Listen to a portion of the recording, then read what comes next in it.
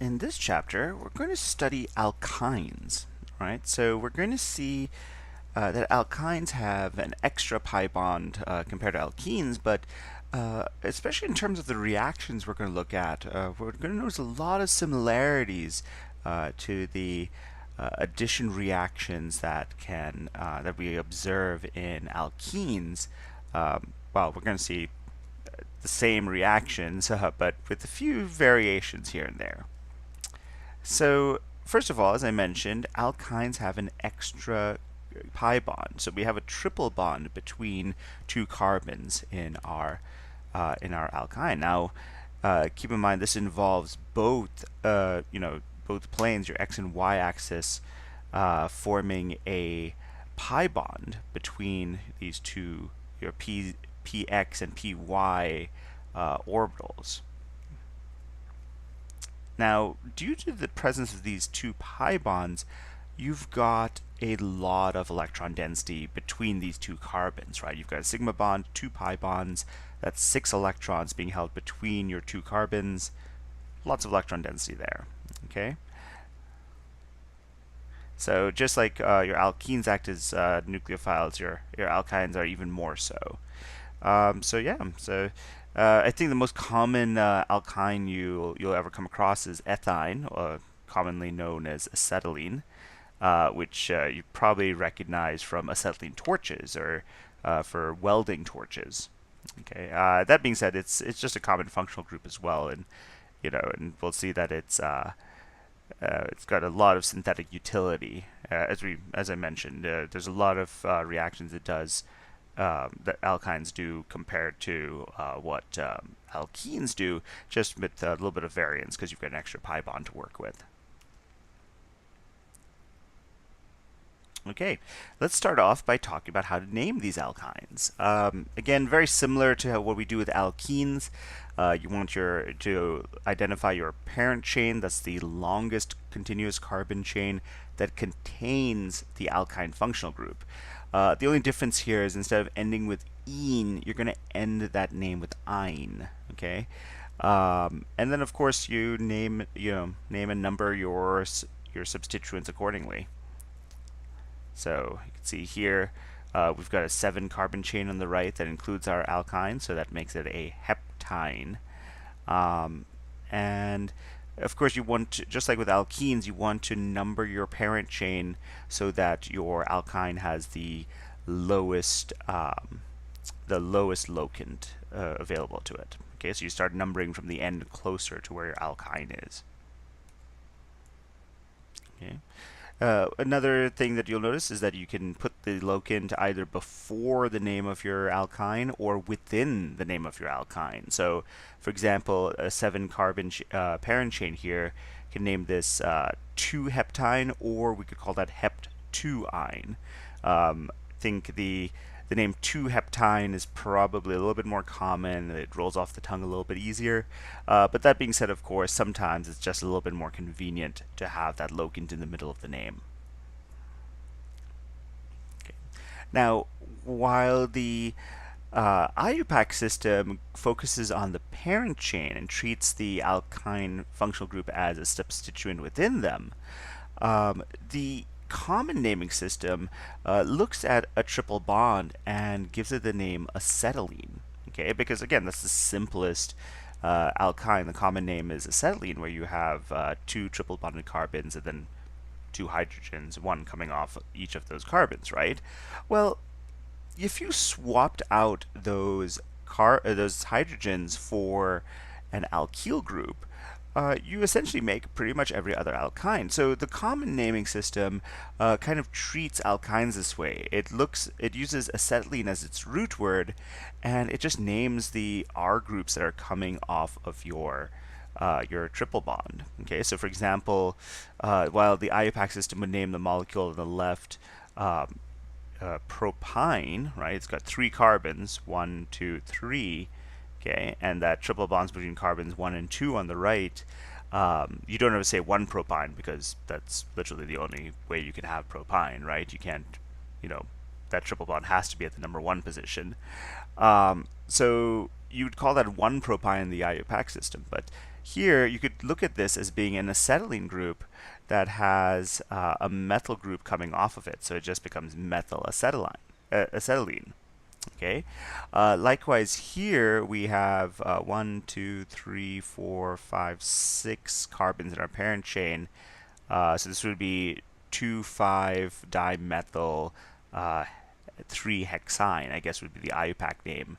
But these are also isopropyl groups, right? So you would call that diisopropyl acetylene. Okay. If you have mixed alkyl groups, you can, just name them typically in alphabetical order. So this is a phenyl propyl acetylene. Okay. Another piece of terminology you should be aware of, something that we use pretty commonly, is where is the triple bond in your longest carbon chain, right? In your parent chain, where do you see your triple bond? Is it at the end of the molecule? Is it at, or basically at the number 1 carbon? Well, we call this a terminal alkyne. The key thing here with a terminal alkyne is that there is a hydrogen poking out the end here, okay? And that's going to be kind of important. So you'll notice that there are some reactions that involve terminal alkynes that we don't see with internal alkynes. That's where you've got carbons coming off your triple bond carbons.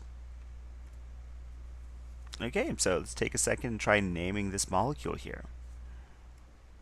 Okay, so if we identify our longest carbon chain containing our alkyne, we can't include this this cyclohexyl group, right? Remember, if you have a ring compound, you can either name that or your longest, if you've got to look at the substituent on that ring and see if it's longer and therefore takes priority in the name. But in this case, even though it's not longer, we have 1, 2, 3, 4, 5 carbons, or 1, 2, 3, 4, 5. Yep, 5 going either way, and that's smaller than the 6 carbons of our cyclohexane. But remember, for alkynes, we have to include, we have to use our parent chain as the thing including that triple bond. So we're going to treat our cyclohexane here as a substituent. Okay, so as I mentioned over there, we've got 1, 2, 3, 4, 5 carbons. So this is going to be a pentyne. Okay, so and also that if we're numbering that, that's between carbons 1 and 2. So that's 1 pentyne. Now we have a cyclohexyl substituent. We're going to have an ethyl substituent, a methyl substituent, and another methyl substituent coming off this carbon here. So if we're numbering these, that's 1, 2, 3, 4, and 5. So again, if we put these in alphabetical order, cyclohexyl comes first, followed by ethyl, followed by methyl. So let's call that 1 cyclohexyl, and we have our ethyl group at the number 3 position, so 3 ethyl,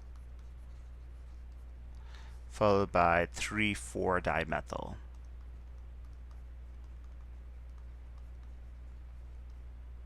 There we go. Okay, so that's how you name this guy. Okay. Oh, quick point I wanted to just based on this line here. Remember, these carbons are sp hybridized. This is going to be linear. Okay, never draw a bend at at your alkyne carbons. Okay, those you have to remember that there are carbons here, and the groups coming off of them will be at 180 degrees. Okay, so we have carbon, carbon, triple bonded to another carbon, and here's another carbon. Okay, so be aware of that when you're drawing these molecules out.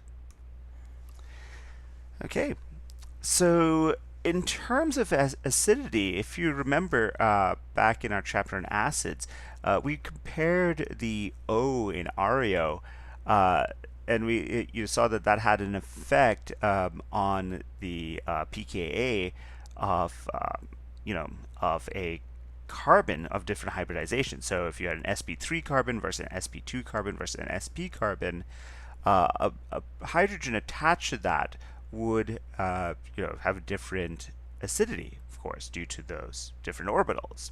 Okay, we saw that sp hybridized orbitals tend to be more acidic. They can give off a hydrogen much easier than sp2 or sp3, and we can see this with pKa's. Your pKa of acetylene here is significantly lower compared to ethene versus ethane, right?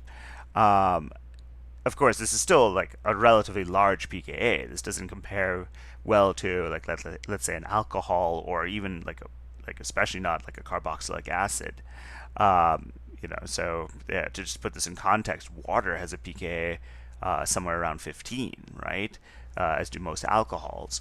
So we're still talking about pretty high pKa's here, but again, my point here is that this is significantly more acidic compared to an alkene or alkane.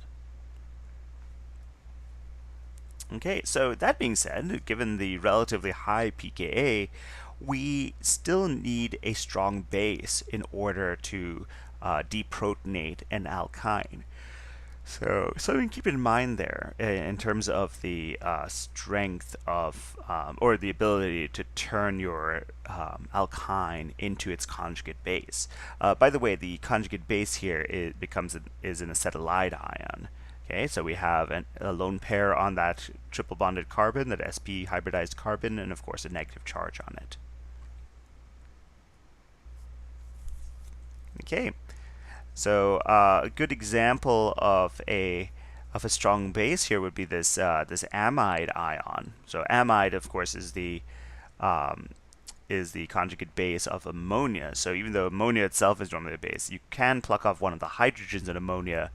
It's got a pKa of 38, which means it's a weaker acid than our acetylene. So this equilibrium actually gets shifted to the right, and so that's why amide is a strong enough base to deprotonate your alkyne. Okay, so you can see here with something like sodium hydroxide.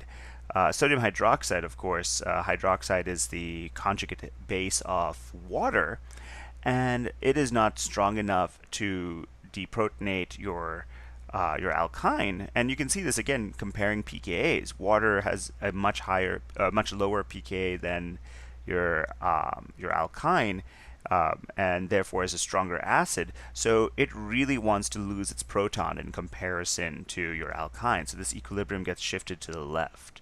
Okay, so hydroxide is not strong enough to pluck off that proton. Okay.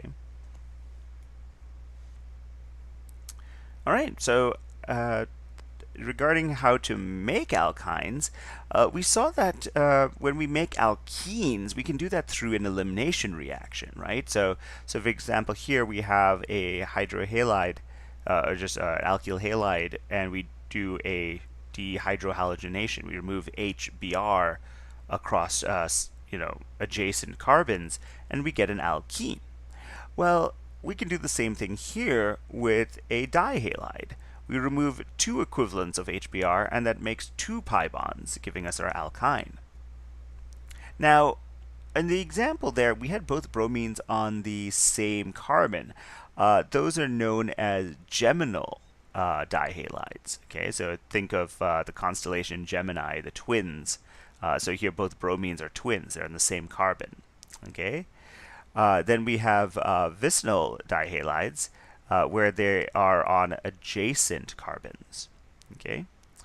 Now, if you recall, the E2 mechanism that we're going to see here, where a base plucks off a hydrogen, and in a concerted step, your leaving group leaves, we have that E2 mechanism, and that E2 mechanism is going to require anti-periplanar geometry. We've seen earlier that amide ion is a pretty strong base. It's strong enough to deprotonate an alkyne. So if we use sodium amide as our base to encourage this dehydrohalogenation, right? We're eliminating HBr to make our alkyne. it will go all the way towards the deprotonated version of this. Okay, and that kind of drives this reaction forward. Okay, so we typically use sodium amide in a solution of ammonia, and that will basically push this reaction all the way to the terminal alkyne. Okay, so this equilibrium, like, again, favors that product. So using excess sodium amide is usually a way to go here to try and make as much product as possible. Now, a quick note here about terminal alkynes versus internal alkynes when we're preparing these from an alkyl halide. You need to watch out because you sometimes get lulled into thinking like, oh, I've got my alkyl group or my halogens in the middle, and the hydrogens I'm eliminating between them are trapped in the middle of my molecule. I'm going to get an internal alkyne, and that's it. The problem is the zipper reaction. It's possible to have an internal alkyne isomerize into a terminal alkyne with excess amide ion.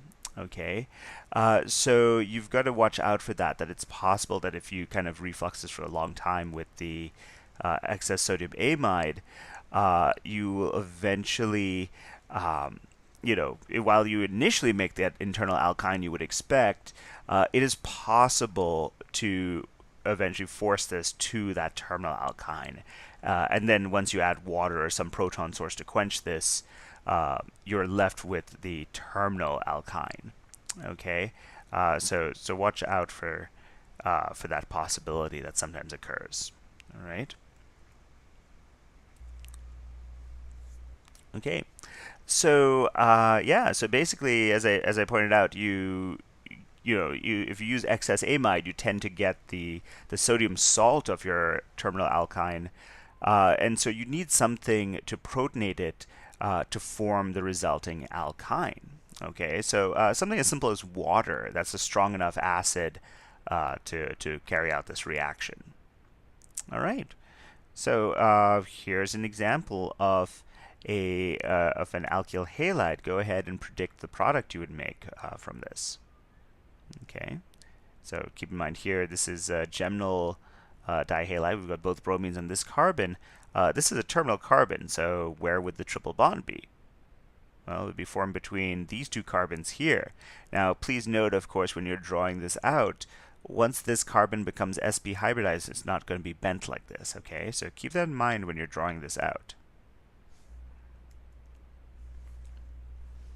Okay, so just so we have the answer here, so you can compare it. Basically, you would have, so we have 1, 2, 3, 4, 5 carbons, and it's going to be between carbons, the two carbons on the right here. Okay, so I have 1, 2, 3, 4, and then now again, that fourth and fifth carbon have to be in a continuous line, so your triple bond's going to look like that. Okay, so we should have, yep, the same number of carbons there. Okay, so this would be one pentyne that we're forming here. Okay, so let's look at some of the reactions that that alkynes can do. The simplest one, of course, is just a hydrogenation, or, well, a reduction. You can add hydrogen across a double bond using a metal catalyst. We've seen this with alkenes, right? For example, here you can just use platinum, and you're not limited to platinum. There are other metals that do this, like palladium or rhodium.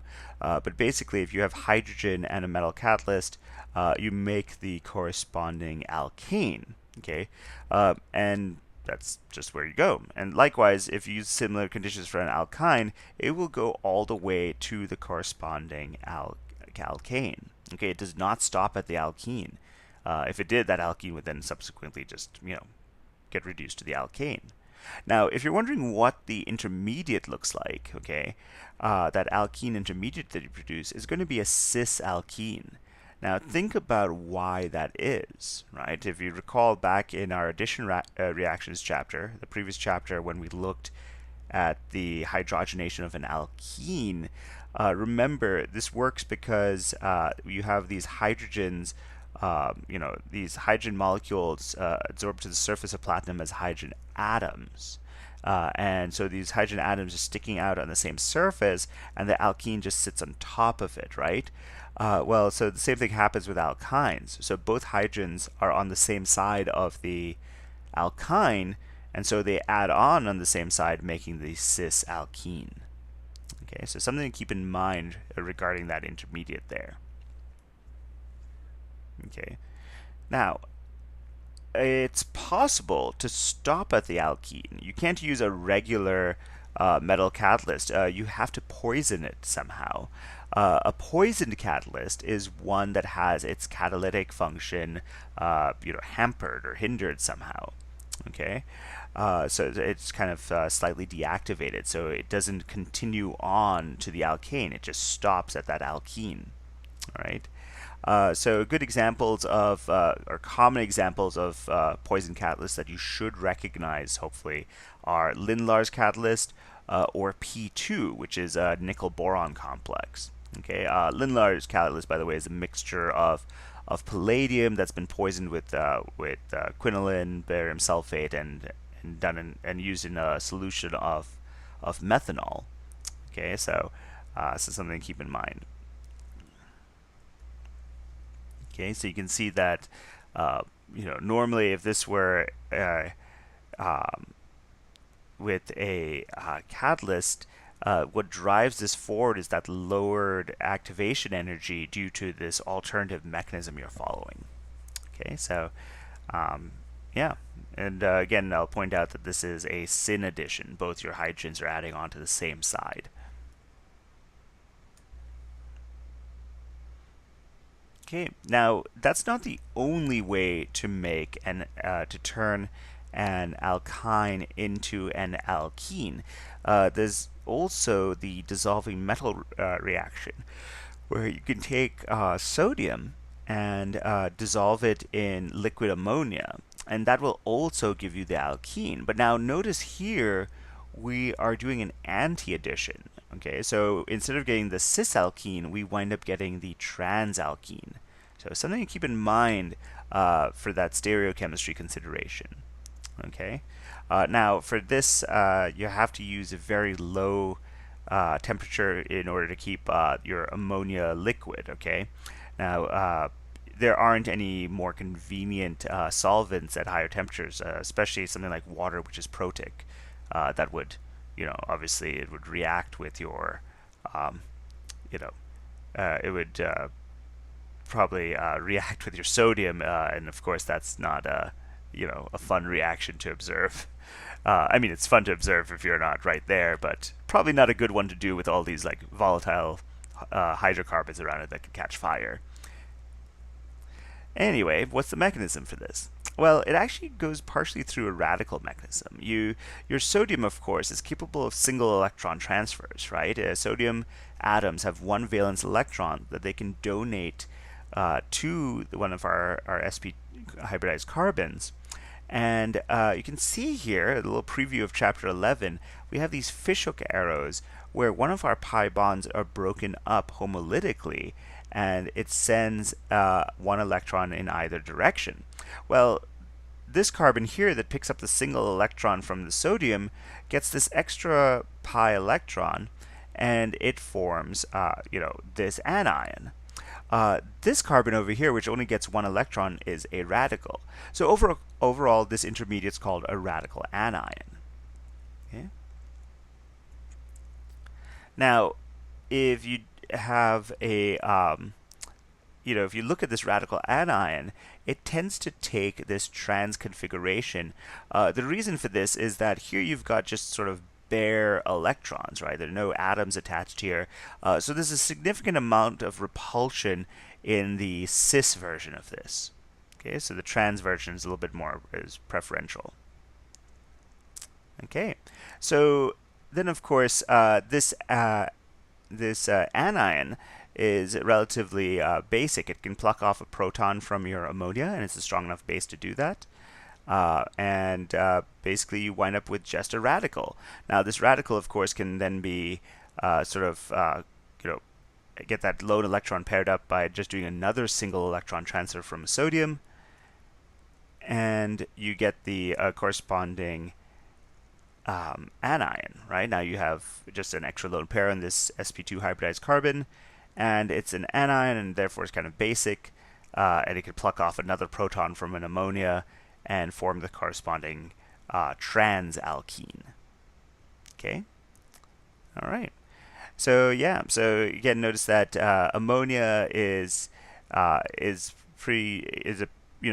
strong enough acid to do this deprotonation, because compare the pKa of ammonia versus that of your alkene, right? Ammonia is a stronger acid, okay, and so it's going to give up that proton accordingly. Okay, so notice that here for this reaction, for both of these reactions, we have our dissolving metal conditions. We have sodium dissolved in liquid ammonia, and so remember that will give you the trans alkene here. So again, picture what those products might look like. Okay, so you're going to turn this into the corresponding alkene. Now, if these two ethyl groups are going to be trans to each other, so they're going to have one down here and one down here. Okay, so you're going to make the corresponding 3-hexene, trans 3-hexene accordingly. Okay. Over here again, you're going to get that trans configuration around this when we turn this into an alkene. Since we have more than 8 carbons, or actually wait, 1, 2, 3, 4, 5, 6, 7, 8, 9, 10, 11. We have 11 carbons.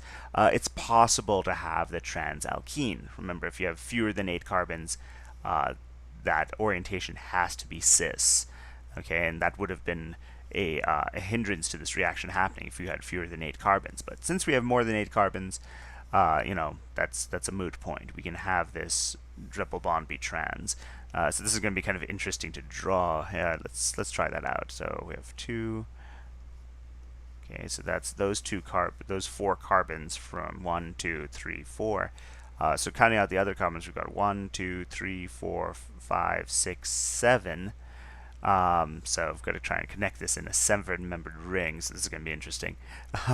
So I apologize in advance. This is probably going to be a horrible drawing.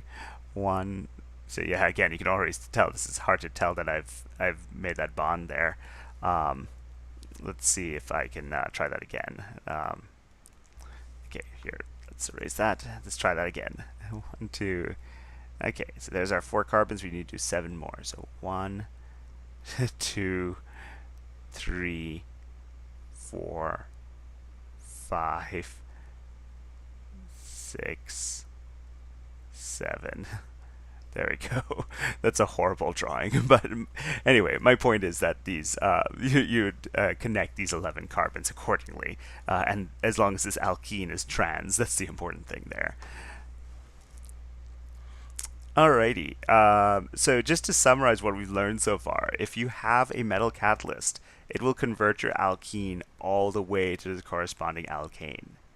If you have a poison catalyst of some sort, that will stop at that cis-alkene intermediate. Okay?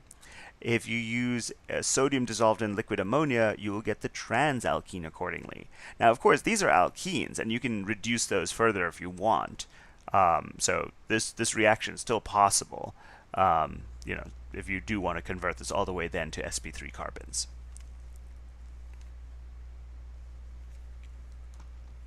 Okay, so let's start looking at some other addition reactions we can do.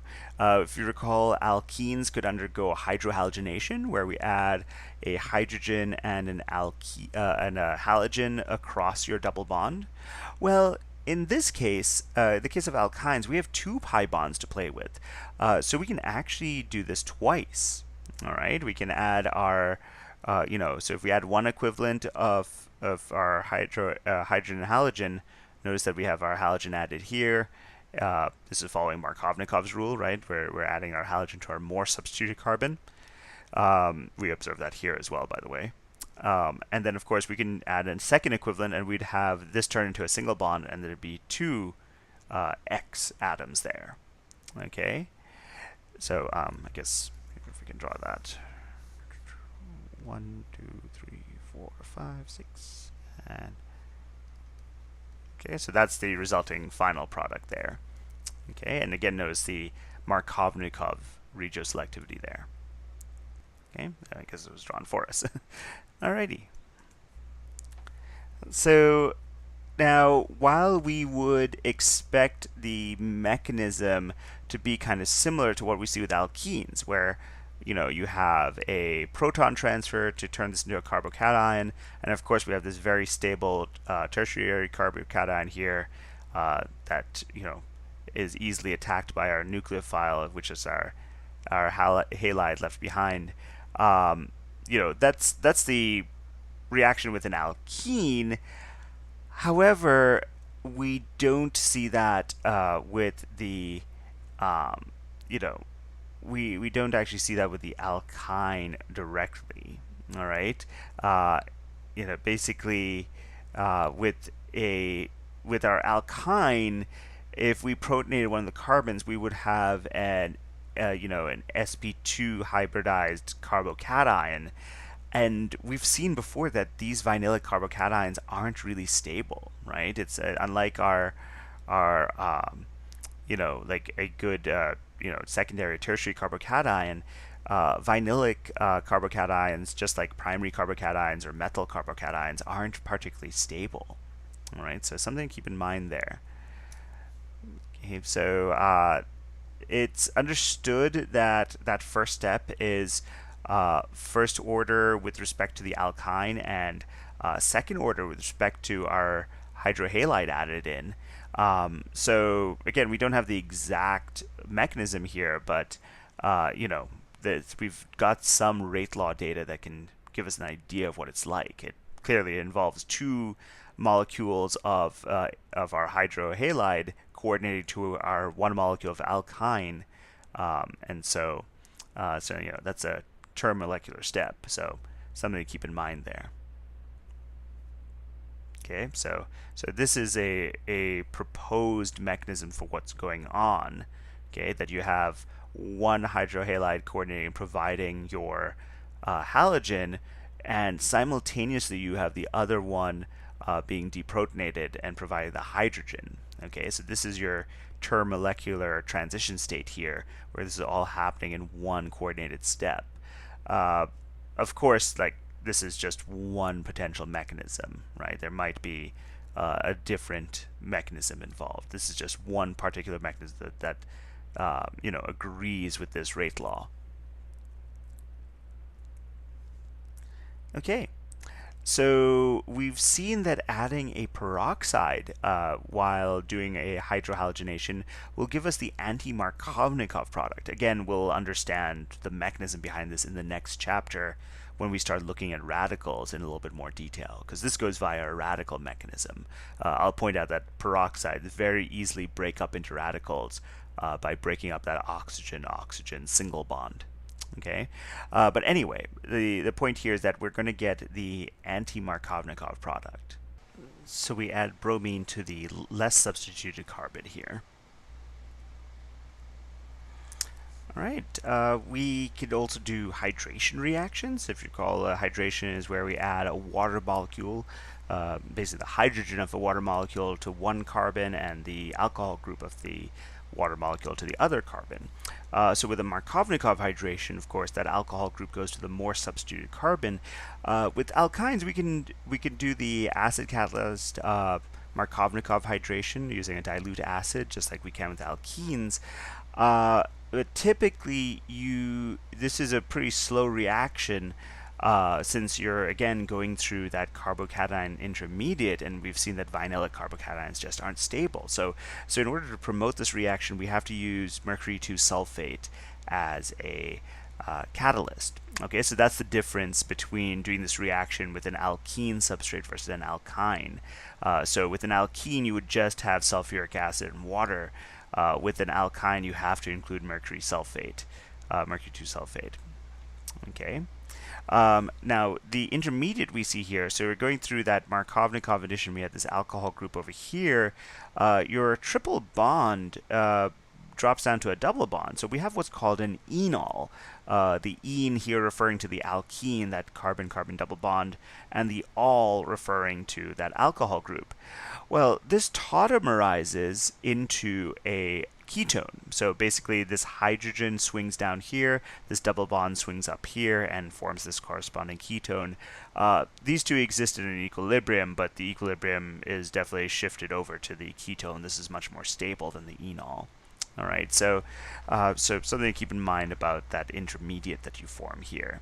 Okay, so if you ever forget, what your product's going to look like why do you get a ketone, sometimes it's easier just to remember that this is that intermediate, because it's pretty straightforward to see that if you add water across this triple bond, following Markovnikov's rule, that's what you would get. And then you just have to remember that tautomerizes into your ketone. All right, so if you want to see that tautomerization step, it looks kind of like this. Basically, as long as you have a proton source, you can do a proton transfer. Your enol picks up a proton, forms this resulting carbocation. These electrons swing down, forming this double bond. As long as you have a base to pluck away that proton, you get the resulting ketone. Okay, so yeah, this is called tautomerization, and your enol and ketone are tautomers of each other.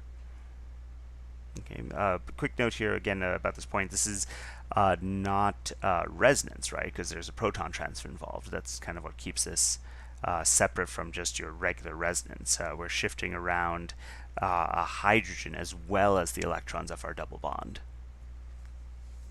Okay, of course we can do a hydroboration oxidation as well. We've seen that these conditions, using our borane and hydrogen peroxide and sodium hydroxide subsequently, will take an alkene and do an anti-Markovnikov hydration. We can do the same thing with a alkyne. It'll give us the anti-Markovnikov enol, which of course will also tautomerize, but instead of giving us a you just have to remember where that alcohol group is, because that's where our oxygen is going to be. Okay, so in this case, instead of getting the ketone, we wind up getting the corresponding alkyne, corresponding aldehyde. But the reason for this is because we use a terminal alkyne.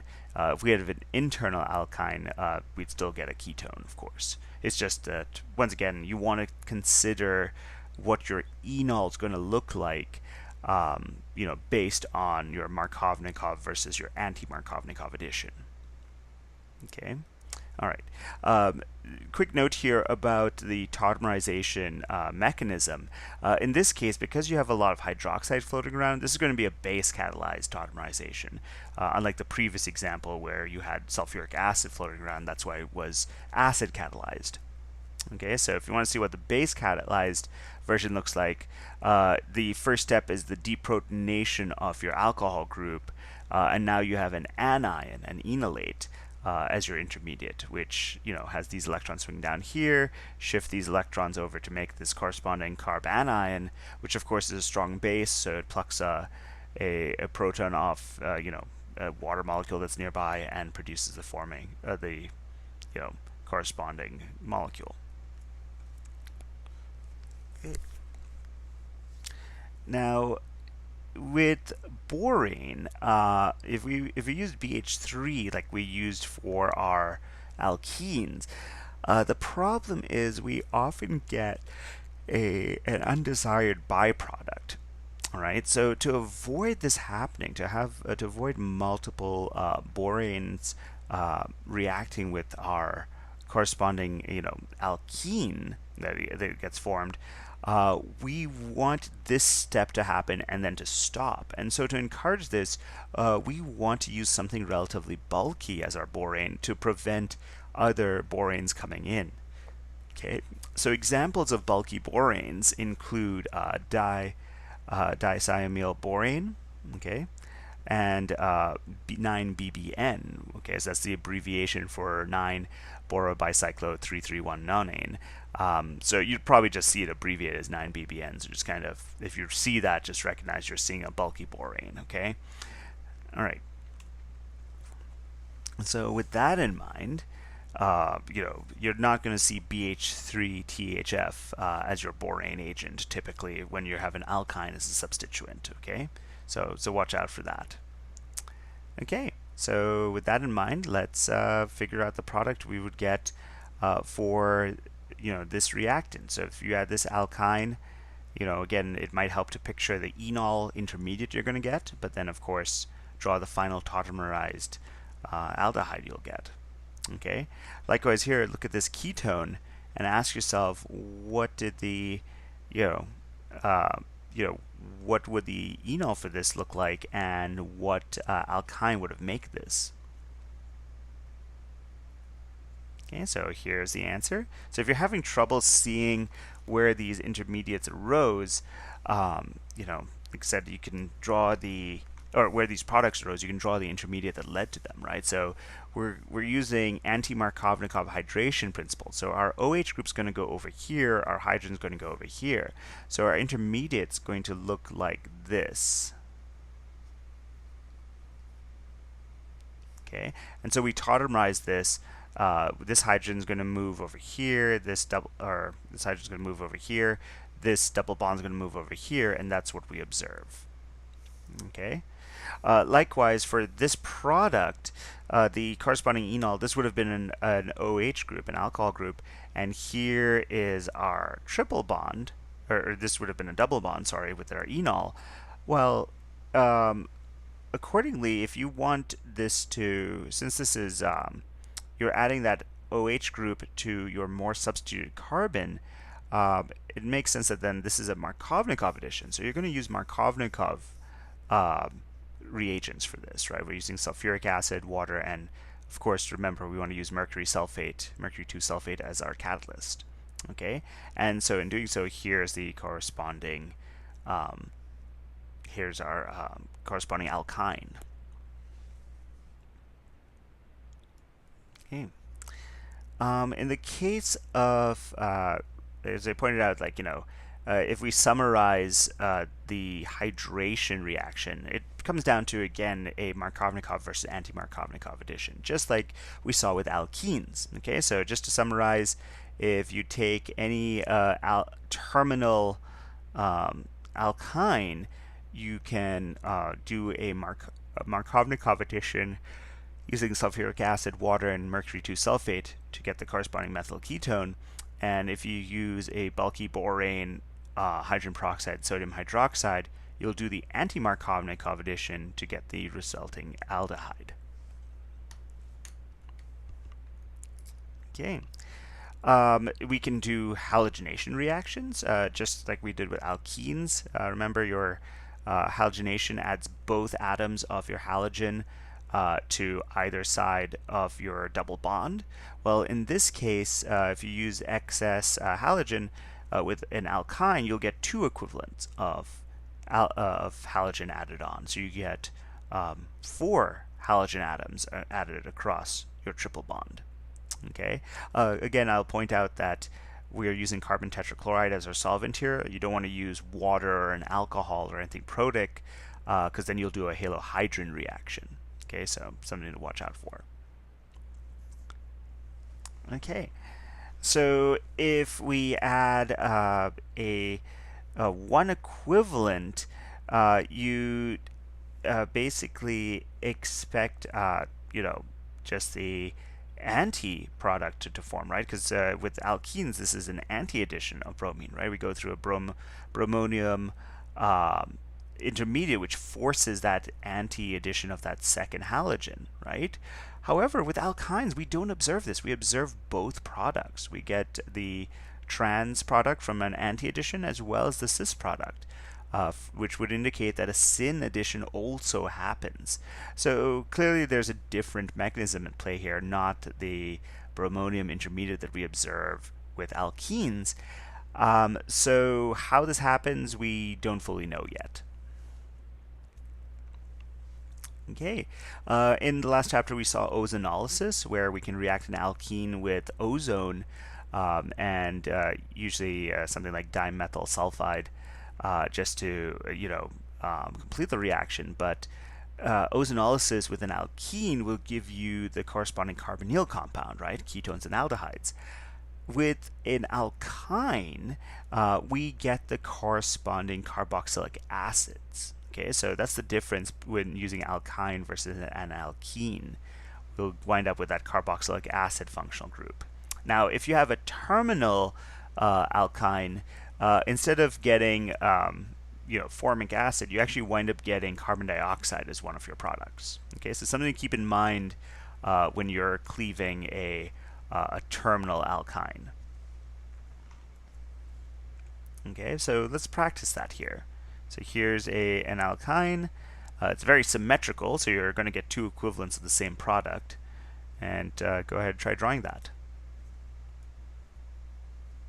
Okay, so hopefully you should realize that if you cleave this over here, this carbon is going to turn into your carboxylic acid, that we see over here, and this cyclohexyl group is the substituent on that carboxylic acid that we see over here.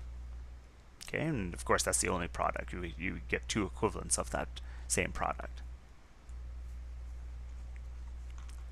Okay, now I mentioned earlier that when you react a alkyne with sodium amide, that's a strong enough base to deprotonate your alkyne, right? Your sp hybridized carbon, can be deprotonated accordingly, and you get the alkynide ion as a result. That's the conjugate base of your alkyne. This conjugate base can act as a base, or it can also act as a nucleophile. Okay, again, you've got a negative charge and a lone pair on that carbon. This is going to be a nucleophile as well. And as such, we can do a lot of reactions with that as a nucleophile, including your typical substitution reactions. So we can take an alkyl halide, and again, you've got that good halide leaving group on there, and we can have our alkynide ion act as a nucleophile and sort of boot off that halide, but effectively then add on the alkyl part of our alkyl halide to our alkyne functional group. Okay, so if we take this terminal alkyne, react it with sodium amide, and then subsequently react it with, instead of quenching it with water to go to the corresponding, to go back to being this alkyne, we use ethyl iodide here. We add this ethyl group on there.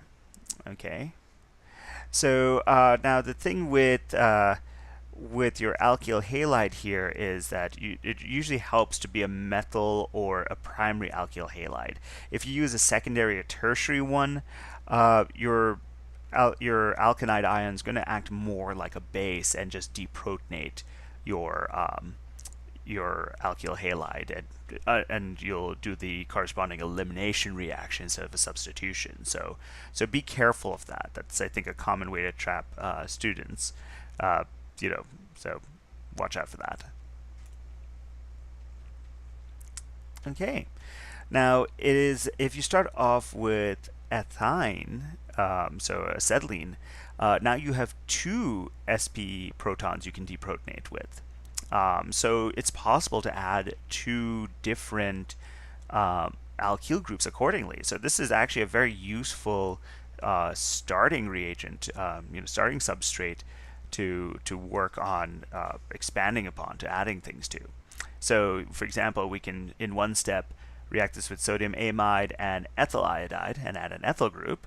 Okay, you clean up that reaction, isolate this product, and then with this product, of course, you still have that leftover proton that you can again deprotonate using sodium amide, and now we can use a different alkyl halide, like let's say methyl iodide, and add on a methyl group. Okay, and now we have 1, 2, 3, 4, 5. So this is 2 pentyne that we'd produce accordingly. Okay. All right. Oh, and I guess I should probably point out that please note that we have to do this in in subsequent steps, right? We can't, like, notice that in all of these cases we've had the sodium amide listed as one step and the alkyl halide is the second step, or even, when forming a regular alkyne, a terminal alkyne, we'd use water to quench the reaction, but that's always done in a subsequent step. Okay, because remember, sodium amide, that amide ion is really reactive. You don't want it reacting with your second reagent, so you have to do this, in subsequent steps. Okay, so we've learned a bunch of different, different reactions that we can add to our synthetic toolkit, our synthetic arsenal, that you want to keep in mind when you're starting off with an alkyne. Okay, so we've seen that we can change the saturation on an alkyne. We can turn it completely directly into an alkane using a metal catalyst and hydrogen, or we can use a poison catalyst to stop at the alkene step using something, for example, like Lindlar's catalyst, or we could, that would give us a cis-alkene. Or if we use the dissolving metal reaction, we use sodium dissolved in liquid ammonia, we would get the corresponding trans-alkene. Okay. Now, if you want to go backwards, if you want to take an alkene and convert it into an alkyne, this involves a couple of steps. You first want to do a halogenation reaction. Okay, so if you take a halogen like bromine and react it with a solvent of carbon tetrachloride, because again, you don't want to use water or an alcohol because you do a hydrohalin reaction instead. So we use carbon tetrachloride, and that'll give you the corresponding vicinal dihalide. Okay, we can then use sodium amide as our base and do a double elimination reaction. Basically remove two equivalents of HBr. We'll remove a proton from here and the bromine here to make this an alkene, the hydrogen here and bromine here to make the alkyne. But essentially we can, use excess sodium amide to make that, to force it towards that alkylate ion, and then quench it with water to make the alkyne. Okay. Now, that's, of course, going from an alkene to an alkyne. If you start off with an alkane, this is a little bit tougher. We're going to see that there are, ways to do this, but they're going to involve a radical mechanism. So we're going to see that in the next chapter. Basically, we have to get to a hydrohalide first, and then, of course, then you can do an elimination reaction to get an alkene. Okay, and of course, then at this point, you can move on to an alkyne. But this step, going from an alkane to a to a alkyl halide, involves a radical mechanism. Alkanes are just not very reactive, and so a radical mechanism is necessary to do this reaction. Okay, so something to keep in mind there from our synthetic strategies of how we can jump between different functional groups. Okay, so how we can get from an alkyne to an alkene to an alkane, of course, and of course we can go backwards. We can go from an alkene to an alkyne in using multiple steps. Okay. Again, of course, with our alkene, don't forget regiochemistry or stereochemistry considerations. Between getting the cis versus trans alkene. Okay, so try this practice problem out. So notice here that we're starting off with a, with an alkyne. Okay, it's a terminal alkyne. Notice that the product we have is different in multiple ways. Our carbon skeleton is extended, right? So if we count the number of carbons here, we have 1, 2, 3, 4, 5, 6 carbons in our longest carbon chain, whereas there's only 1, 2, 3, 4 carbons in our longest carbon chain here. Okay, so think about how you can extend the carbon skeleton there.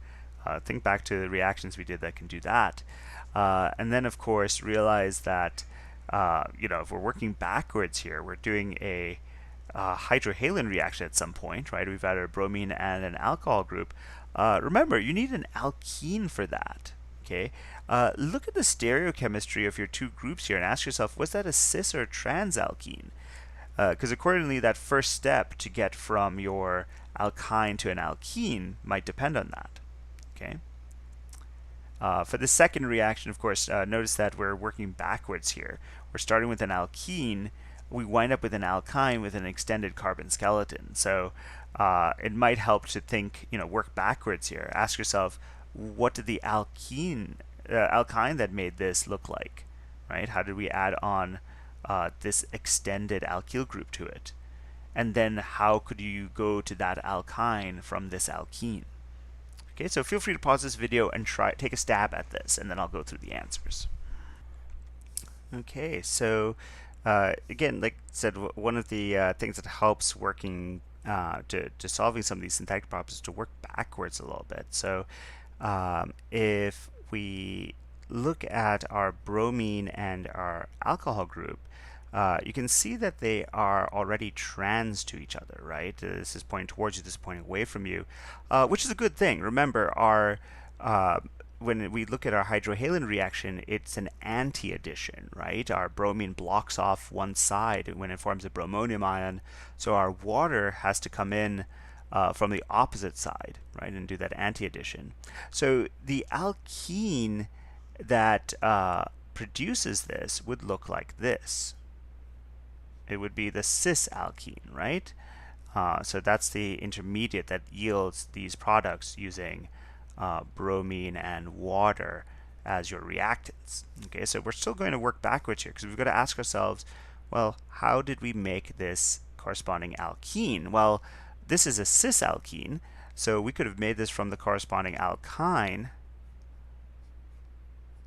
by using a metal catalyst, a poison metal catalyst, because it's got to stop at that alkene. So we would use, let's say, hydrogen and Lindlar's catalyst. Okay. Now, of course, how do we get from this terminal alkyne to this alkyne? Well, we've added that ethyl group. So in other words, we've got to do this in multiple steps, but we'd first react this with sodium amide, okay, and convert that into the corresponding alkanide ion, and then we'd react that with ethyl iodide. Okay, so that's how we would add that ethyl group there. We'd just do a substitution reaction, and we would lose, lose that iodide. It would just boot out that iodide leaving group and add on that ethyl group accordingly. Okay, so that's basically, we could make this product in essentially 3 steps. Okay, 4 steps if you count this as, as 2 subsequent steps, but essentially going through 2 intermediate products. Okay, so let's try the second problem out. So again, if you want to work backwards, you could see that this is the original thing we're starting off with. I mean, I guess one way to, you're going to have to go through this alkyne intermediate at some point. And it looks like we're probably doing something similar here where we're adding on an alkyl group. So at some point, we're going to go through an intermediate that looks like this.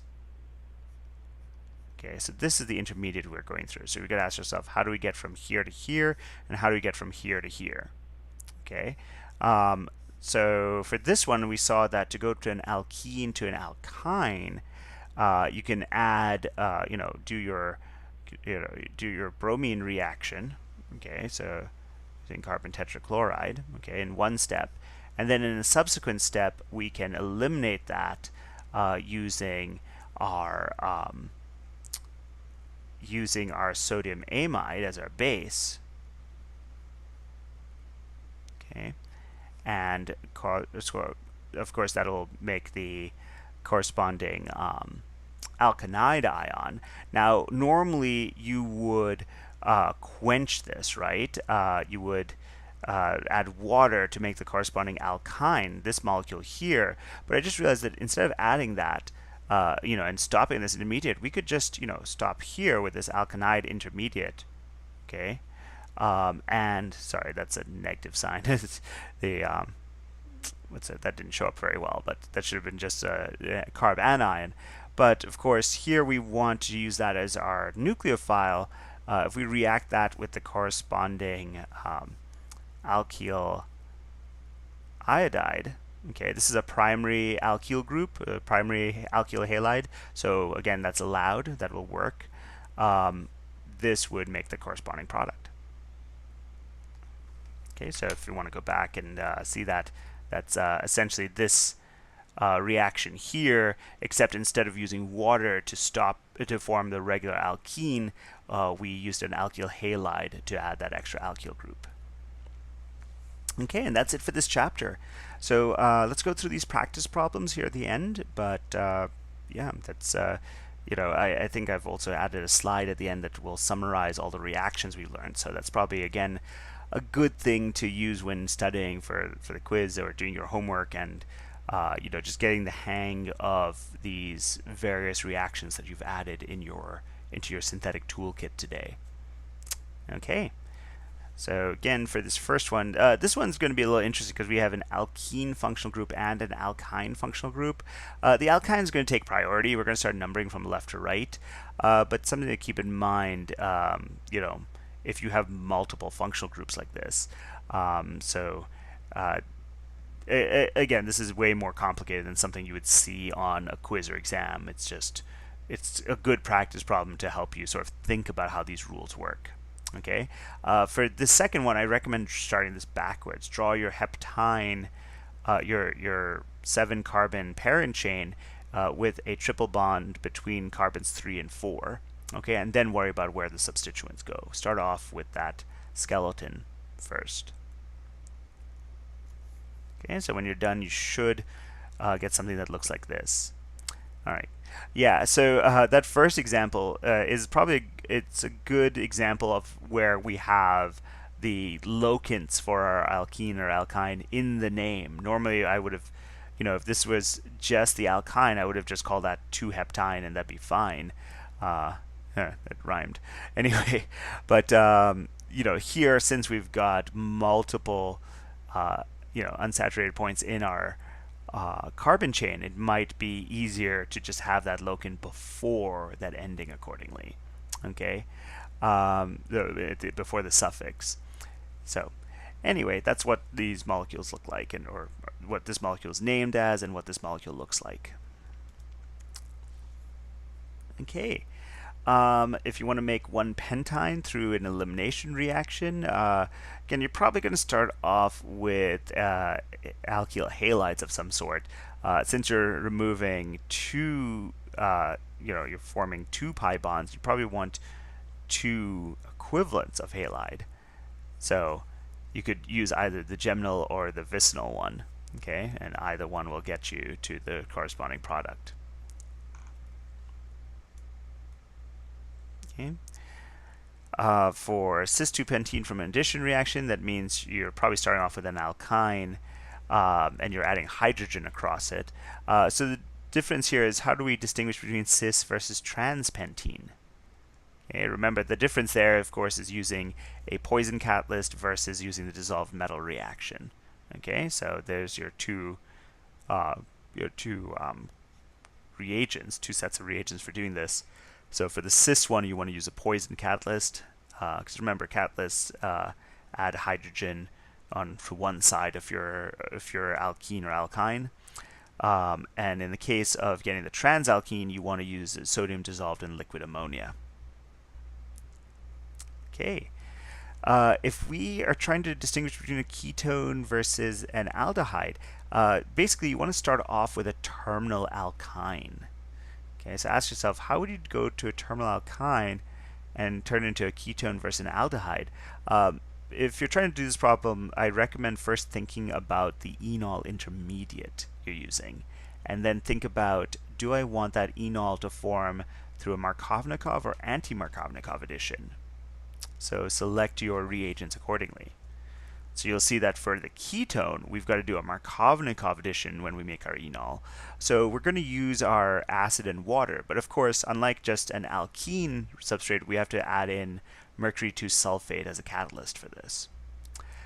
For the aldehyde, if we want our alcohol group to be terminal, we need to do an anti-Markovnikov addition, which means we've got to do a hydroboration oxidation. Though again, keep in mind, instead of using just regular BH3 in THF, we're going to use a bulky borane like BBN or dicyamyl borane. Okay, so here's a good synthetic problem that's going to involve multiple steps. Notice that our carbon skeleton's extended. We go from 1, 2, 3, 4 carbons to 1, 2, 3, 4, 5, 6 carbons.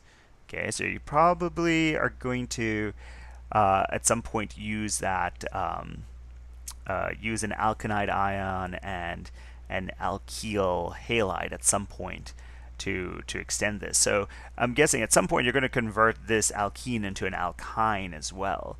Okay, you're probably going to start off with that. So something to keep in mind there. We have a ketone here, so we're probably going to go through an enol intermediate at some point as well. So think about what hydration reaction you want to do with that corresponding alkyne. Okay, so here are the subsequent steps. All right, so we start off, like I said, converting our alkene into an alkyne. Here it looks like they've used chlorine instead of bromine, but I don't think it really matters. You could use bromine as well, and that's fine. The distinction here of doing this in the dark is kind of a precursor to the next chapter. We're going to see that doing this in the presence of light would encourage a radical mechanism, and we're going to see what products we get out of that. Okay, so anyway, doing this in the dark, it gives us the addition product, and of course using sodium amide will turn that into a corresponding alkynide ion. Now they've quenched this with water and given us the corresponding alkyne. You could just skip this step and go straight to this product. In reality, it might be better from a purity standpoint to isolate your product here, just so you can clean up any byproducts that you've also made, and therefore it'll avoid giving you a whole mess of products once you get to subsequent steps. But that being said, technically you could just skip to this step here. Okay, so if you just skip adding water, then you don't need to add sodium amide again. Okay. So yeah, here we have ethyl bromide that extends the carbon skeleton by making this corresponding alkyne. And of course, this is symmetrical, so it doesn't really matter whether we do a Markovnikov or anti-Markovnikov addition. So in this case, we're just doing a Markovnikov hydration, and that gives us the corresponding, again, it's not technically Markovnikov nor anti-Markovnikov because it's not symmetrical. But basically, the bottom line is we get the enol that makes this ketone. All right, and that's it for this, for the practice problems as well. Of course, do try the suggested practice problems. And as I mentioned, here's that reaction wheel that lists all of the reactions we learned today. So having this in front of you while you are studying or while you're doing your homework will help sort of internalize that into your synthetic toolkit that you're going to use on quizzes and exams.